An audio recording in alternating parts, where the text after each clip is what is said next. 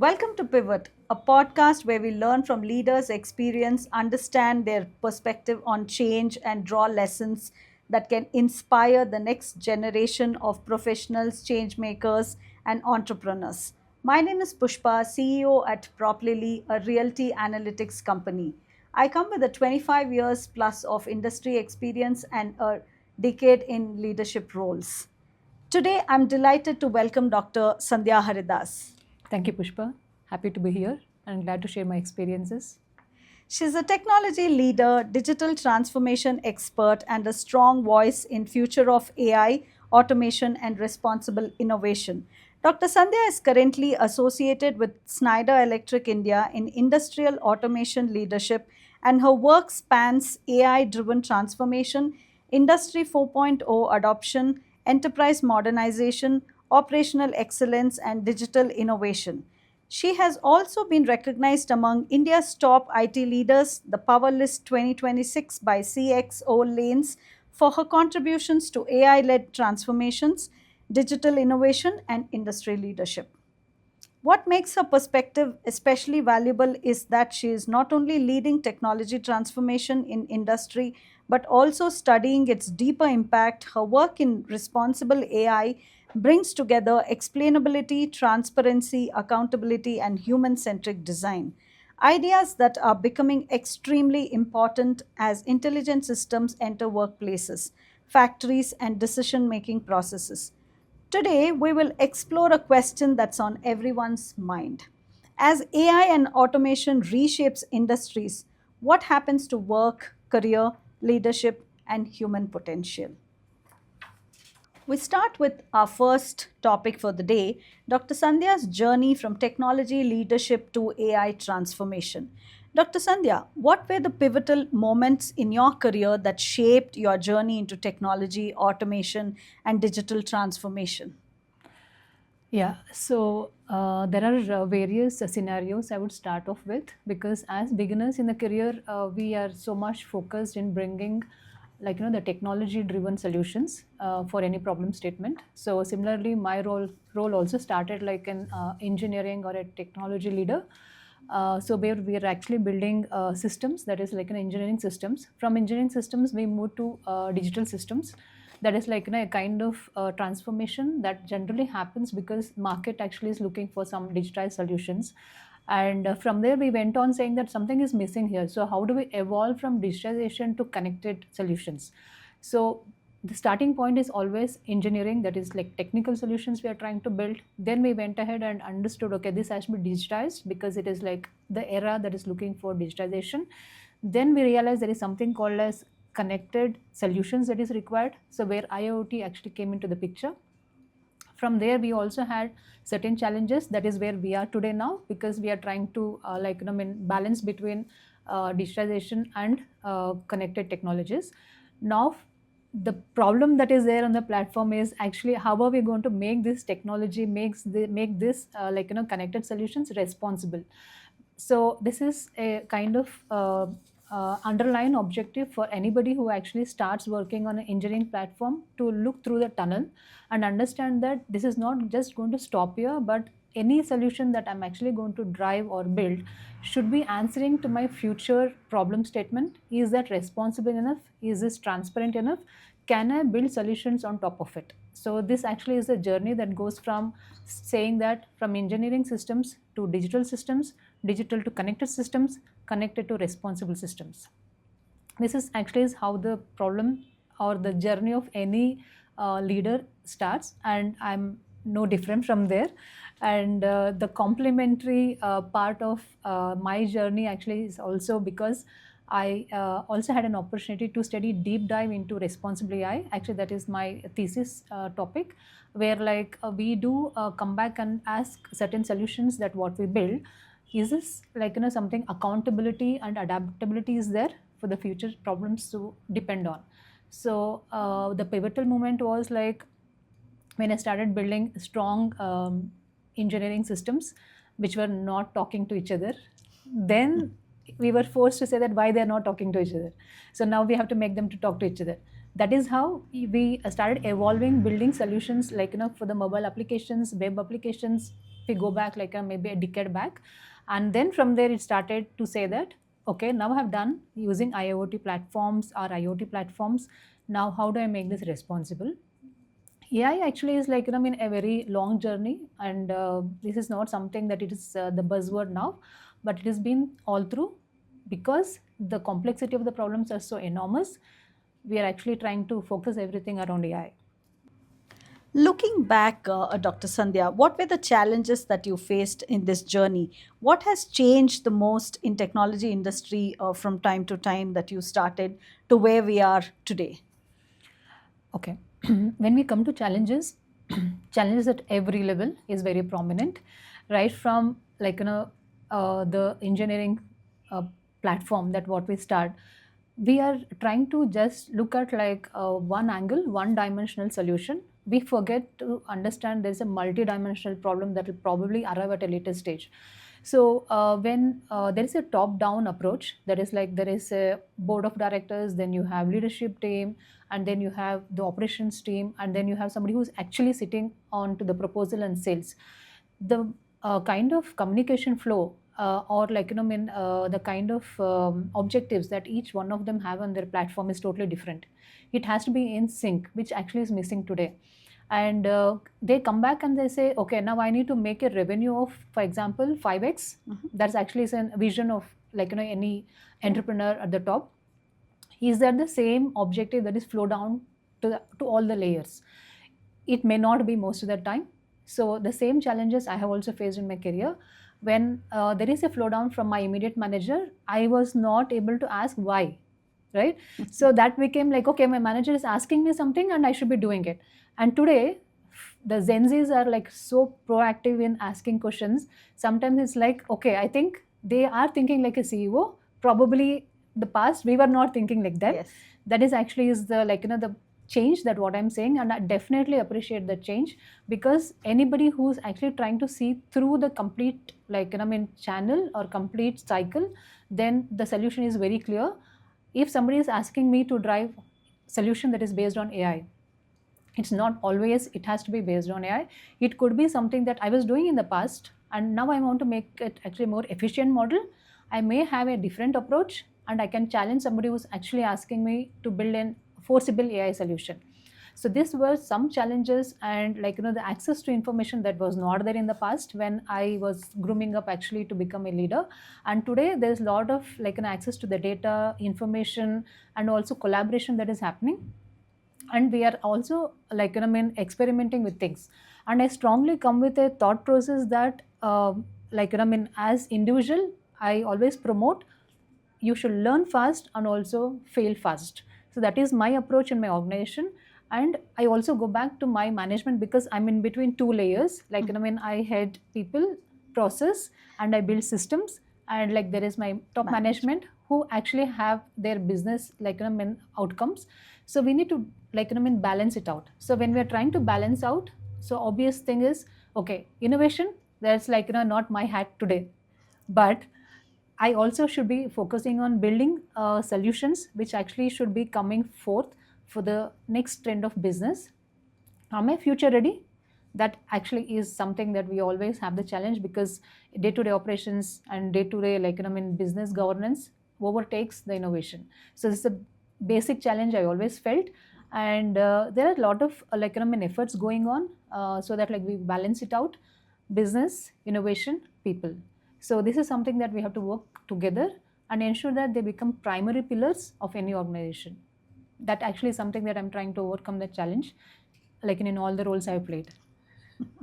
Like you rightly said, we are so held up with the operations on a day to day basis, and we think of innovation, but sometimes it may not happen. So it always takes a backseat. Is that a common issue across the leadership roles, or is it specific to some areas? I think this is a common problem across, and we have been facing these challenges because there are so many ideas, there are so many challenges. Even the engineers face, like, when they meet customers, and they have so much of interactions that happens between the end customers, between like the internal teams, and there is always an like edge for the innovation to come up. So they do come back and they say like, I mean, I'm so much held up. I had an idea, it was coming up in a meeting, but then I was stuck. I didn't have enough time to go ahead and put that actually kind of like, I mean, to develop that idea, and I'm Yes. going to work this out on a weekend or something like that. Yeah. And the weeks pass, months pass, It and like, never finally we happens. never come back and hear that. So I think as leaders we have that like, I mean, very responsible kind of an objective, so that those ideas are not killed right on day-to-day activities or the operational challenges.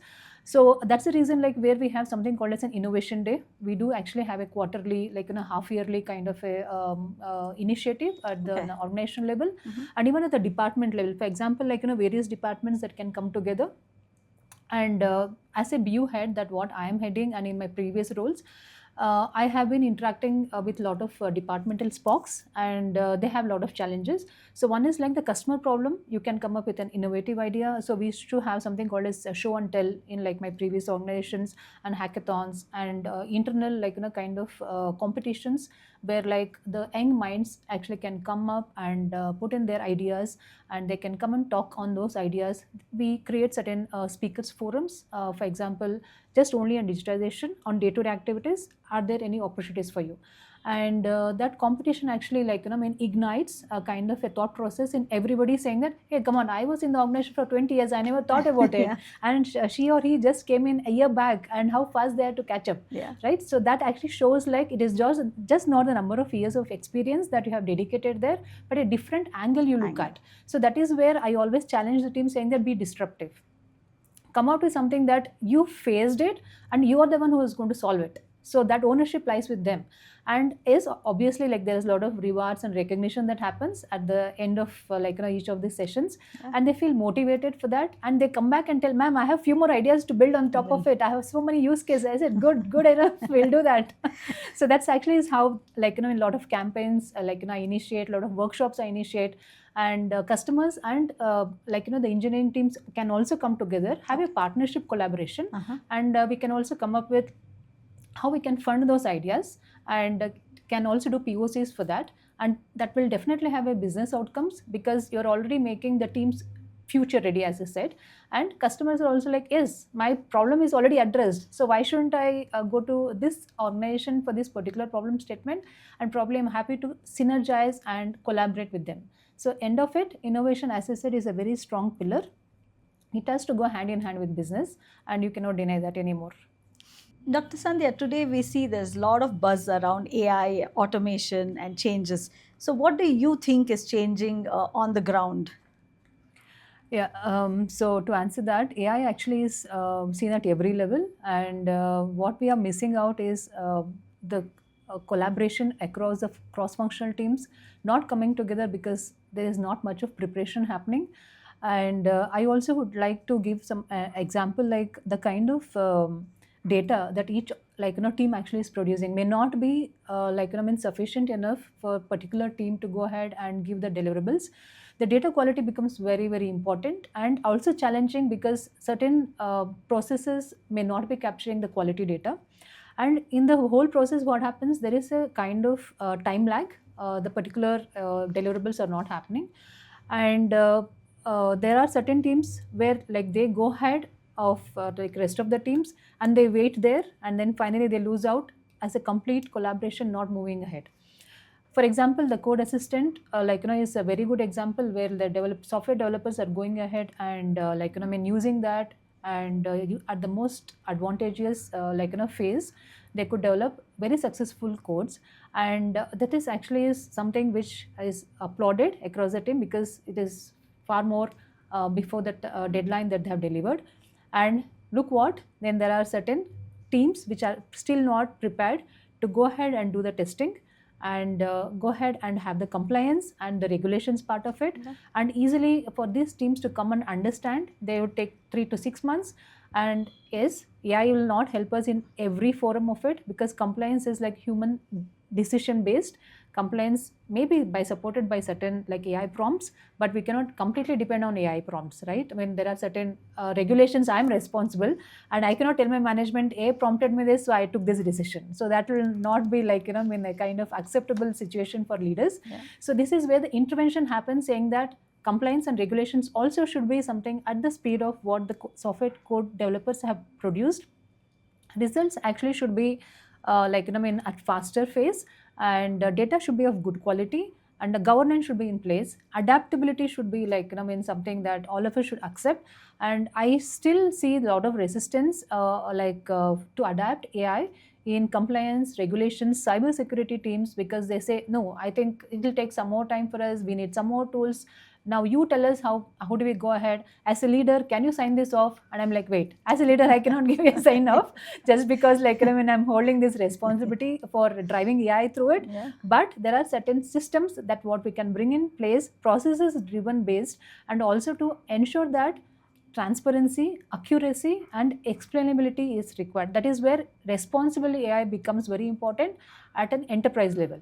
So I think we should be very cautious when we drive AI as leaders, saying that which team actually is prepared, what could be the challenges in other rest of the teams. Absolutely. This is where I stand. Dr. Sandhya, you said that there are departments which are working really fast because of the AI tools, and there are some departments that are not comfortable using and they're slowing down the entire process. So, do you think they're threatened by the usage of AI and that's why they're resisting it? Or do you think they're not ready for it yet and that's what is slowing them down from adapting to AI? Yeah. So it is not like they're deliberately wanting to slow down the process, but they're having some kind of fear, I would say, where they don't want to risk their particular core competencies. For example, I would give legal, for example, legal department. And there are minute I put anything in ChatGPT, I don't understand law, but I want to know, okay, for example, somebody is challenging me on certain contracts, right? Yeah. So I want to understand, I just go back and use ChatGPT. And ChatGPT also is coming with a disclaimer nowadays saying that don't trust whatever I'm putting it Fully. across. This is at your risk. Okay, Yeah. now I understand that this is just for my common sense, just for my Reference, yeah. understand to reference. So when I go back to my legal team, I say, okay, this is a 150 pages document. I really don't understand any technical information on that. Yeah. So then the legal team says, yes, that's why I'm going to take more time. I said no, the product life cycle is just going to be 6 months. And if you're going to take 3 months 3 easily, months. then what the rest of the team is going to do and how my product release will happen. For example, a software release. So I need to come back with certain terms and conditions, especially with respect to legalities of each country, legalities of various other governance around it. So the resistance is what I'm saying, and I think gradually that will also dilute, because over a period of time, as human beings, we tend to learn and also unlearn few things when it is going to be supporting you or it is going to be advantage for your job. Yes. So when Ford actually come up with a car, not that everybody was ready with a driving license, right? Absolutely. They started learning, they Yeah. started driving over a period of time. Yeah. So I think AI is also like that. We all have been been seated in the AI car or in AI bus, and we are traveling along with the time phase, whatever you, or time mission, what you call. And I'm very sure at every point of the journey, we are going to face excitement, we can face challenges, there could be ambiguity, but it is all up to us how much of support we give to each department here, and say that yes, I'm going to wait, because we all have to build this product which is reliable, which is meeting the market demands, and the customer also is equally challenged. And sometimes you may feel like maybe we are overdoing something in the space of AI, but that is experimenting phase. It may be overdoing that, it looks like, but I'm sure there is something that is going to come out as a kind of lessons for us, and that may be useful for a different department. So supply chain management, yes, they're also trying to come out with certain kind of innovative ideas in AI. For example, there is a company in US where they are working, for example, logistics department for international space station, ISS. And there are certain AI bots, right? Chatbots is actually is what is called AI systems, but actually it is just a very simple AI process. So this supply chain, which actually is a very complex department, and that too NASA using this, then you can imagine how much of confidentiality of data that is dealt. Then imagine going back and asking that legal team, when did you start preparing for this? Correct? That means there's a lot of background work each department has to work. If you start resisting, then you're going to take more time to adapt. So that is a challenge we are seeing today. So stop fearing, because AI is here to support you and help you out to churn through the things. And it's better that you jump into the bus as early as possible, so that you become part of that success at the earlier stage. So now with so many layoffs happening across the industry with all the large tech companies, how do we actually convince people that this AI is good and we need to use AI? Yeah. Actually, we are seeing a lot of news coming up that AI actually is taking away the jobs. It was happening in the past. It's not like just coming actually as a headline now. Just imagine going back to Industry 4.0, right? 4.0 actually brought us into a lot of automation. And if maybe I think we were in school days where computers were just introduced, and people again were in the same mindset, oh, computers are going to take away our jobs. But that was a myth, correct? Yes. So similarly, I think this is also a kind of cycle of rising and falling down. And over a period of time, it is all about how fast we understand why actually AI has been brought into the workplace. Similarly, how computers were brought into the workplace. I still remember my father coming back with such huge logbooks and trying to understand certain Unix, Linux, so many languages. And he said I have been working on manual recording and data collecting and things like that, accounting, book accounting and all that. And now my manager is forcing me to learn Linux or certain C++. And I'm like, Dad, you're already 50 plus, what are you going to learn now? Right?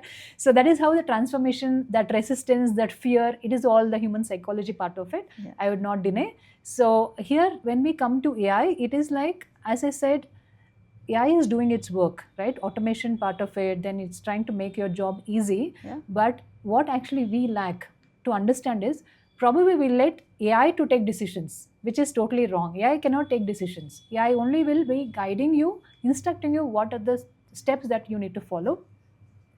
And risking the job, for example, every organization today has a model called as COE, that is Center of Excellence. And this is one particular team which nobody likes. I've seen that. Okay. So I always tell them, okay, your center of excellence, good, but also try to become center of engagement. The minute you have an engagement model in every organization for each of the projects, then you get to know how many people should be possibly hired. And the requirements always it's going to be X plus 1. So as a leader, when I step in, I always ask the question saying that, why do you need so many people, right? Do you have visibility enough to give them sufficient job over a period of time? So that is the right question a leader should ask. And sometimes it is misunderstood, saying that a technology leader understands everything, so he is going to hire a big task force, and then when there are no jobs, he is going to cut down the jobs and lay them off. This is a very totally wrong model. Please don't blame AI for that, right? You need to have the chief engagement officer in place in your team to identify what exactly the manpower that is required, how that engagement manager is actually engaging the whole staff. Then your equation becomes very simple, and then AI is still doing his job. Fine, I understand, but the team that you have hired, do they understand the core of their competencies? That is what we call actually the core subject. It could be automation, for example. It could be industrial automation, as what we have been working on with my teams.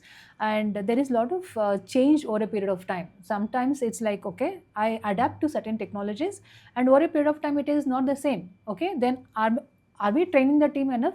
That is what is required. So it is coming from multi-dimensional aspect. Okay, you have team, as leaders, you are supposed to be engaging them and also bring them certain tools and certifications, and also train them on AI, right? And after that, it's how are we going to carry forward together as a team? So you're not going to be blaming, okay, it is the layoff is actually happening because of this, because of that. Yeah, layoffs were happening in the past because of planning not in place. That actually is ideally, I would say.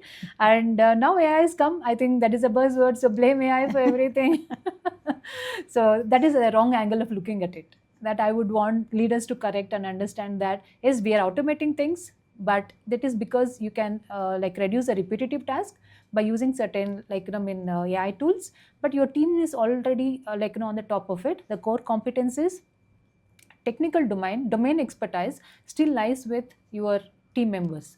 Dr. Sandhya, you mentioned that AI automation should make people and teams more effective and increase productivity. But the leaders in the top tech firms are claiming that the AI automation, apart from automation, it can also be better than humans in terms of cognitive thinking and decision making. How do you like to, your thoughts on this one? Yeah, so I would actually try to bring the two schools of thoughts here.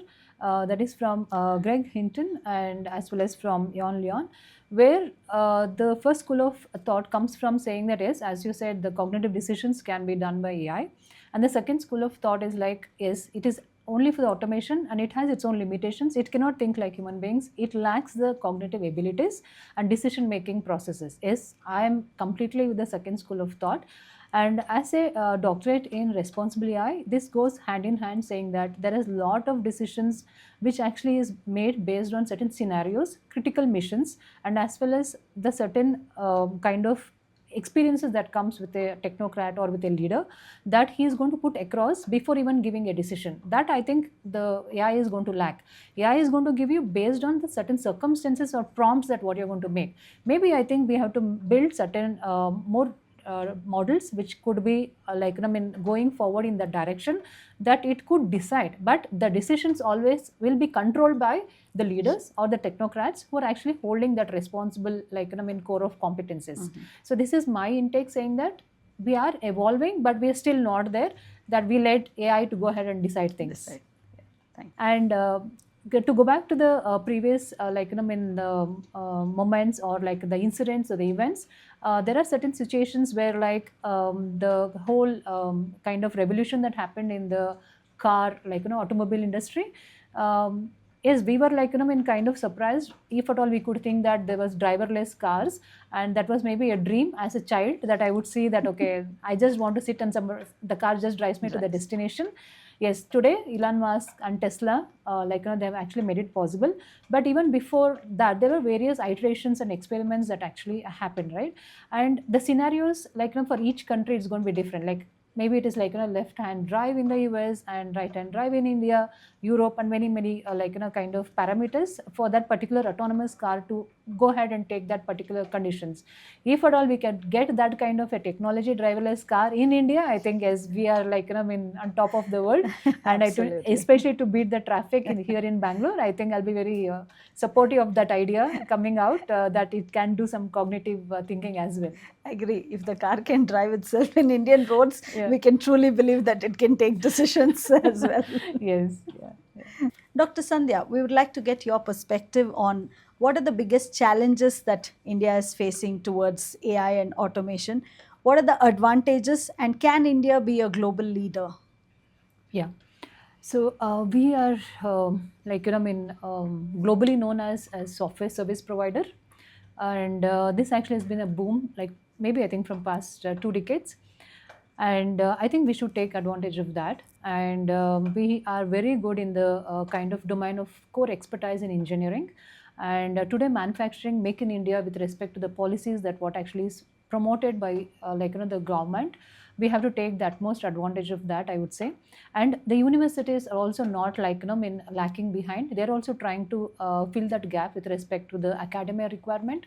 And most of the engineering universities today are able to understand what is it in for the industry for them, and how do I come together to close that gap. For example, they know there is certain AI actually is something which is taking over, but they're able to give certain kind of syllabus and kind of knowledge to the engineering professionals even before they come onto the job. So there are skills that actually are trained and mentored, and where industry leaders like us, we also offer certain support, and we try to bridge that gap and ensure that they are already onboarded with sufficient insights as what is expected out of them when they join the jobs. And a lot of jobs actually are pushed to India today because of the core engineering competences we have. That is because thanks to the universities that they're able to give the real kind of understanding, hands-on experiences, and laboratories that they have opened, and investment that is done. And when it comes to the infrastructure that what we have, it is also supportive in a way that the policymakers are ready to experiment with us, And the global teams, for example the GCCs what we call today, are also ready to like come and experiment and invest here in India, because of all the reasons that whatever the job said and done that is given to Indians, they're very confident that we are good in doing what we are doing, and also like with very minimum support from the global teams. And that shows that there is a great talent in India, and opportunity exists obviously for all the reasons, good things that we have done in the past. And the big giants like Microsoft, Google, like you name them, they're all here in India. Yes. We only have to scale up, and what is required to scale up is all of us having that common approach, looking through the lens of the bigger vision that what every organization probably has to scale up their teams, and build a competency within those teams, and ensure that you adapt to the kind of technology and the market demands. And imagine, not are those days far away where India will be called as global hub, and you start competing with like countries like China, and you try to bring that kind of deliberate demand, saying that yes, you have to push job to India because they've been doing a good job. And there are certain examples I would want to like share. There are certain manufacturing kind of hubs we had in back in China in my previous organization, some things where we were working. And deliberately leaders started pushing it to India, saying that we trust Indians. There is bigger challenge for us to follow up with China teams rather than getting work done from India. This is more accessible for us, and they know their job well. There is a discipline of working, and they hold that kind of trust in us. And I think we have gone very far from where we were in the past. And after country also policies coming in place and supporting us with the infrastructure that what we have, I think hardware and software should go together, and especially with respect to kind of the time to deliver, right? So that is something we are very fast, and we are known for hardworking globally. Yes. And I think we should take advantage of that. And we are on top of things. There are so many startups coming up in India. That itself is an example for the global leaders to say that this is a place that I can trust the youngsters here, and I can trust the core competencies, and forget about all this. Even the great scientists, for example, like ISRO, like you take any kind of like the organizations that what we have built, I think countries coming together to showcase that this is going to be the next platform for the globe to come and display that India is going to be set for all the challenges what we have. So good to hear that we are truly ready, because all that we hear in the market is that India is lagging, India is behind in AI and technology, but it's really nice to know that we are ready and we are there. Dr. Sandhya, your PhD and research is on the topic of responsible AI. But what we see in the market today is you can say it's almost disruptive or not so responsible. So what do you think, how should it be done in? Yeah.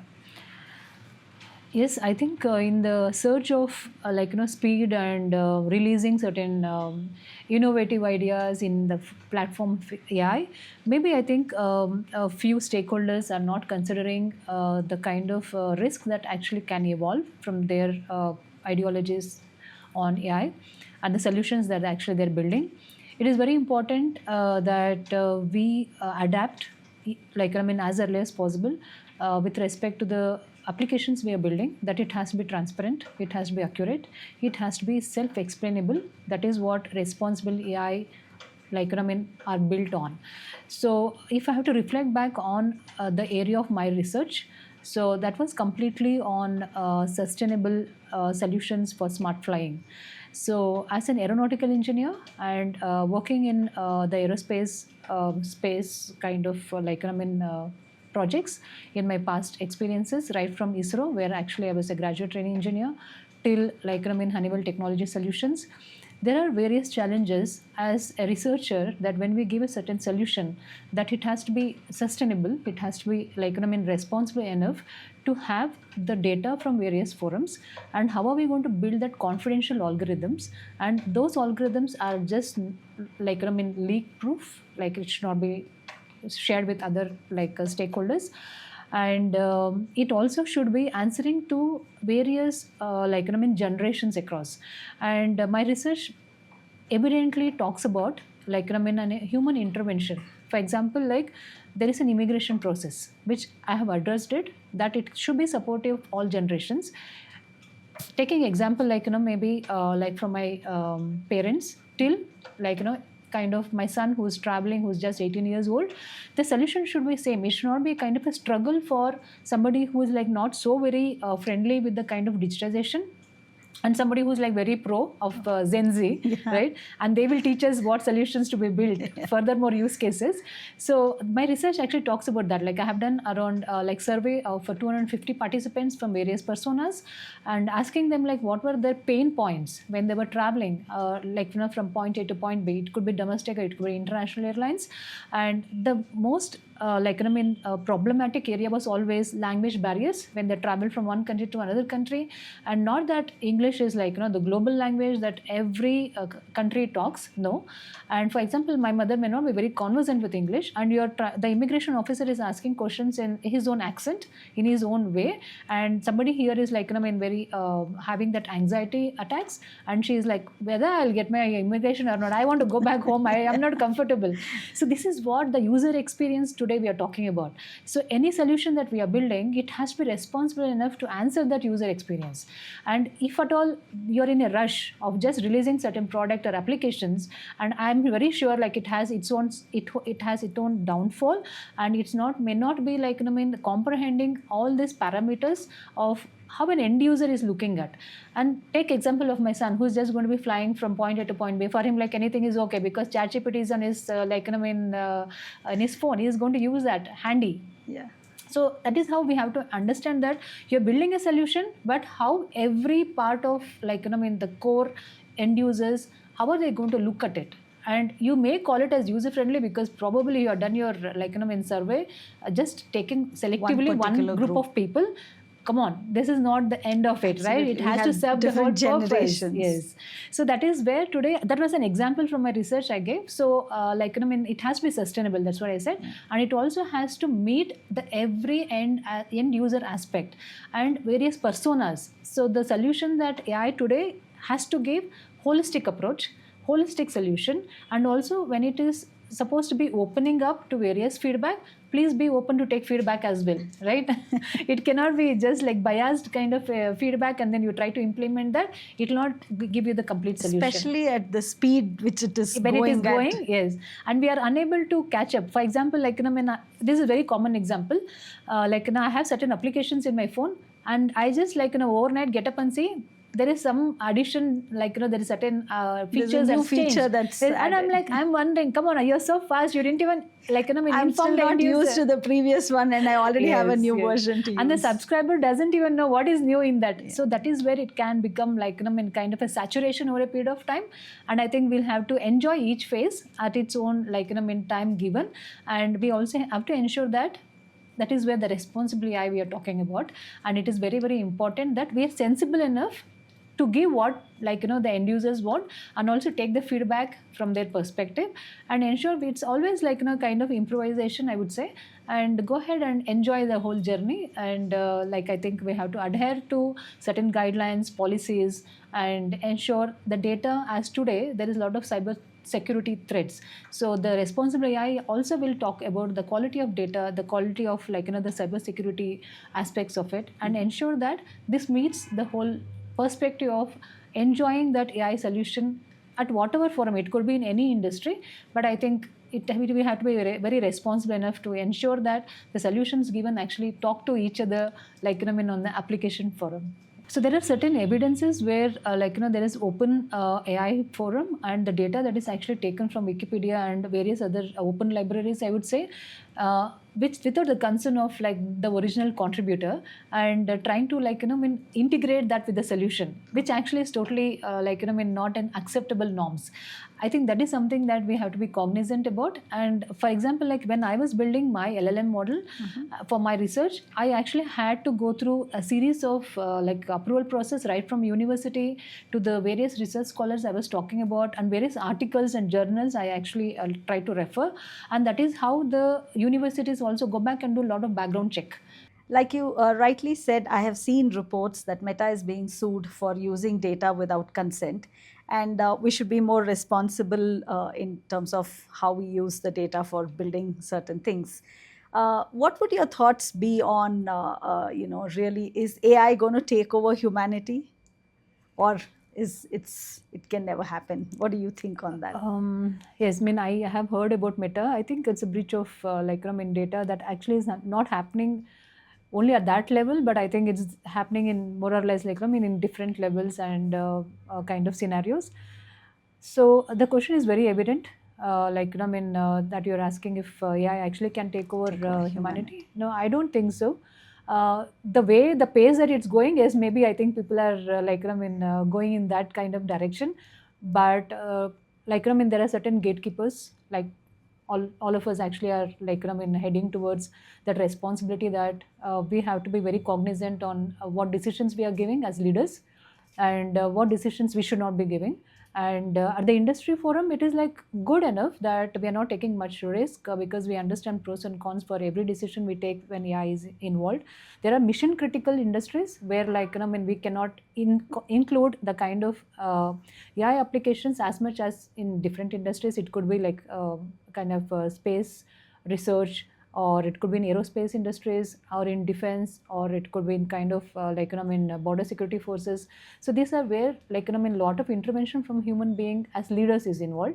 So I'm sure there are various agents forums that we are very deeply thinking about whether we should go to that level or to that deeper level, and we take a decision based on only when it is required. We involve the kind of applications, how much AI can drive, or it is definitely going to be controlled by humans. It is all it is the control is with us. It is not that over a period of time that I'm seeing AI will take over humanity. No, I don't think so. I don't believe. That's a relief to hear that. Yeah. I'm sure many people will have that question at the pace which it is Yes, going yes. at. Especially youngsters. Yes. Yeah. They don't even want to listen. No, they're telling AI is God. And also that the dependency has increased so much on that. Correct. So for everything we refer to the systems and the AI and not humans anymore. Okay. Gone are those days where you want to see the newspaper. Yeah. You want to look at So are we becoming slaves to that, and is it going to take over there's humanity? so much of dependency on that, right? If you just stay away from your phone for just 10 minutes, you feel so handicapped. Yeah, absolutely. You're cut off from the world. I agree. Yeah. You have been a very successful leader in the technology area in your career. Have you seen difficulties for women to raise to that level, or what are the challenges that they would face? And what would your advice be for the young women to get into leadership roles, specifically in technology area?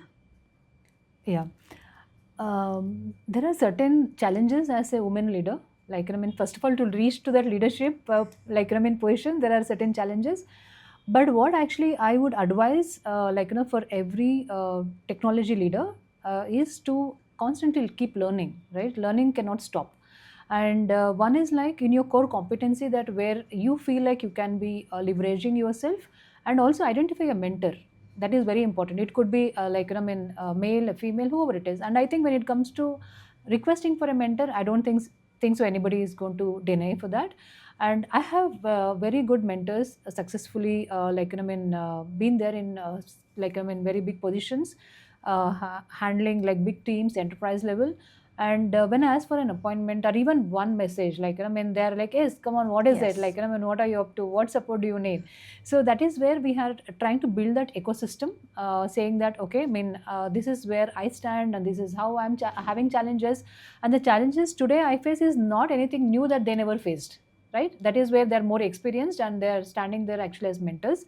And that is the kind of support system we need to have. And there are certain kind of circumstances where I was not able to take decisions in my career, and in certain kind of challenges that what I was facing, but the doors were always open.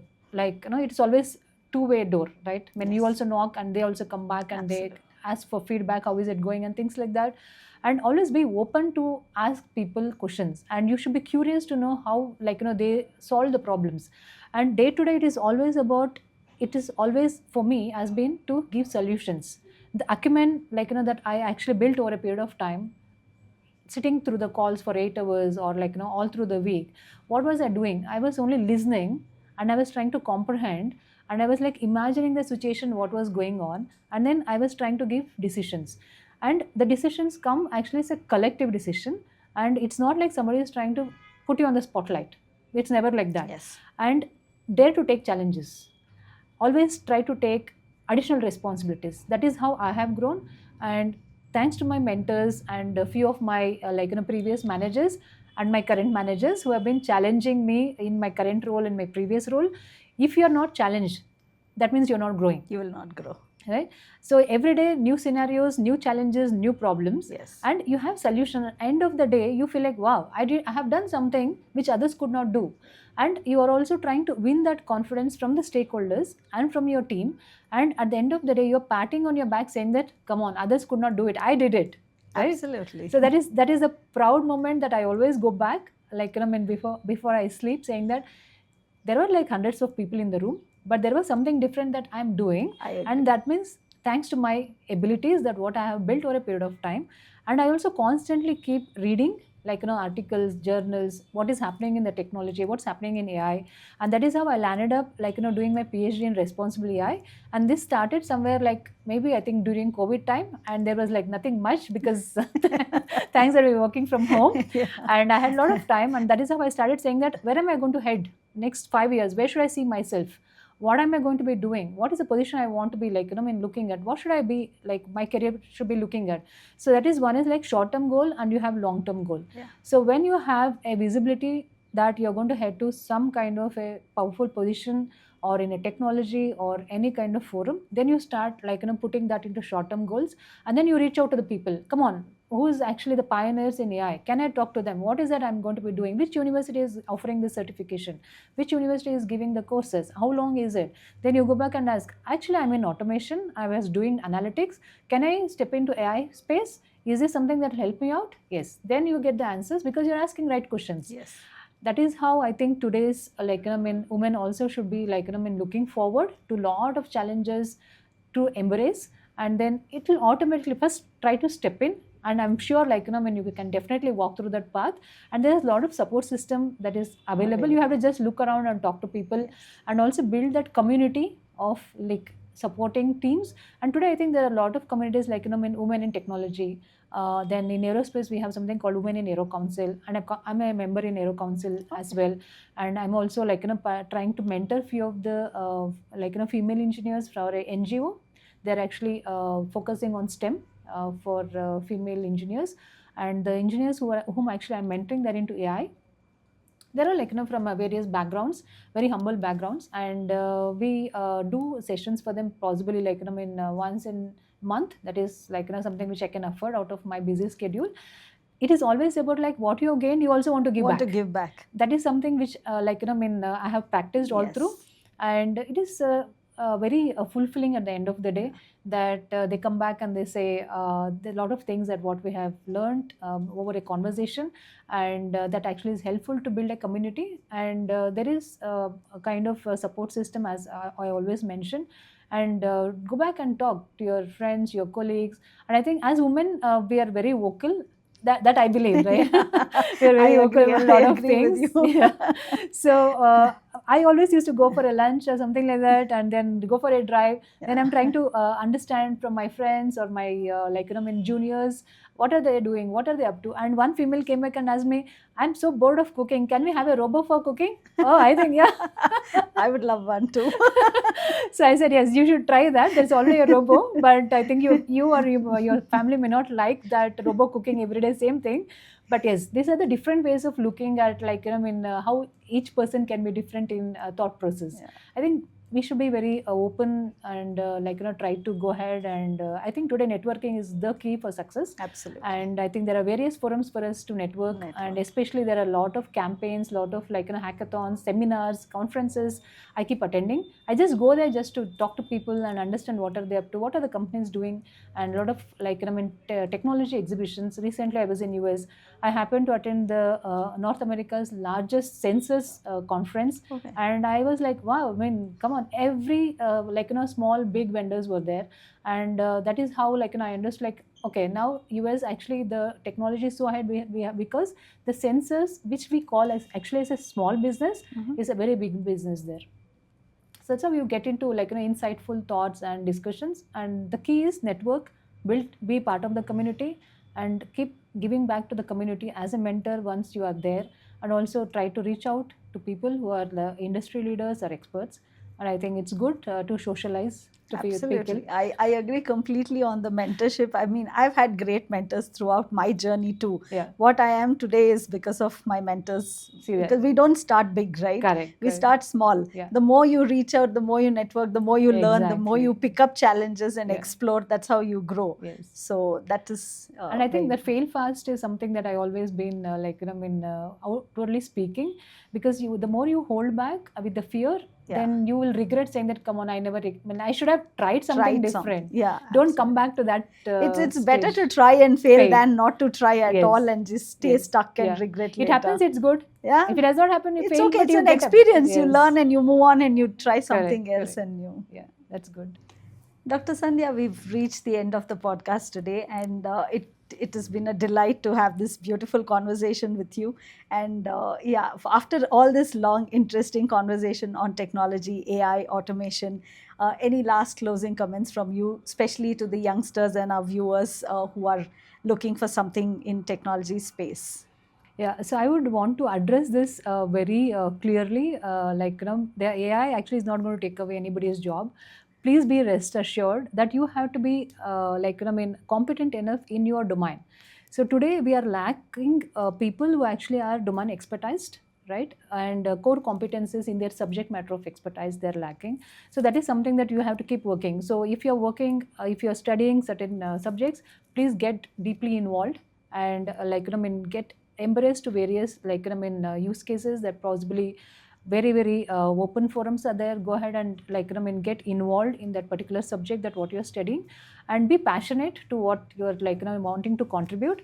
And as I mentioned in my previous conversation also, like India is actually going to be the hub, and India is looking forward to that youth who's going to be empowered now, and especially in the area of like technology, digitization, automation, and obviously AI.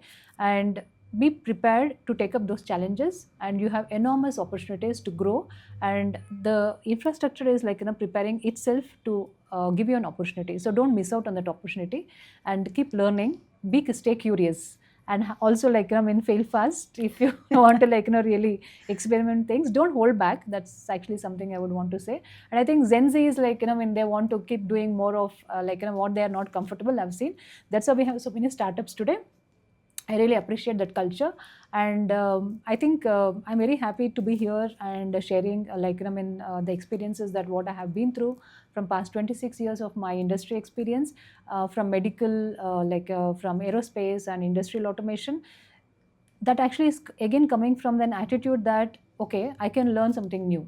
Otherwise, I would have been very comfortable in aerospace. I don't have stepped into industrial automation, but I felt like okay, let me check in what exactly is it for me to learn. Yes. And I felt like this is now 4 years in the industrial automation. I'm like, wow, I'm enjoying that. Every day I'm learning. And I don't mind going back to my team asking, what exactly does this mean? Can you explain me? They feel like, oh, she knows everything, but she's just testing on me. I'm like, it's okay. Let's learn together. Yes. So don't hesitate to ask questions, stay curious, and keep learning. That actually is my message to the youngsters. Thank you. Thank you, Dr. Sandhya, for your time and insightful thoughts sharing with us today. Please do like, subscribe, and share to be connected to more such content.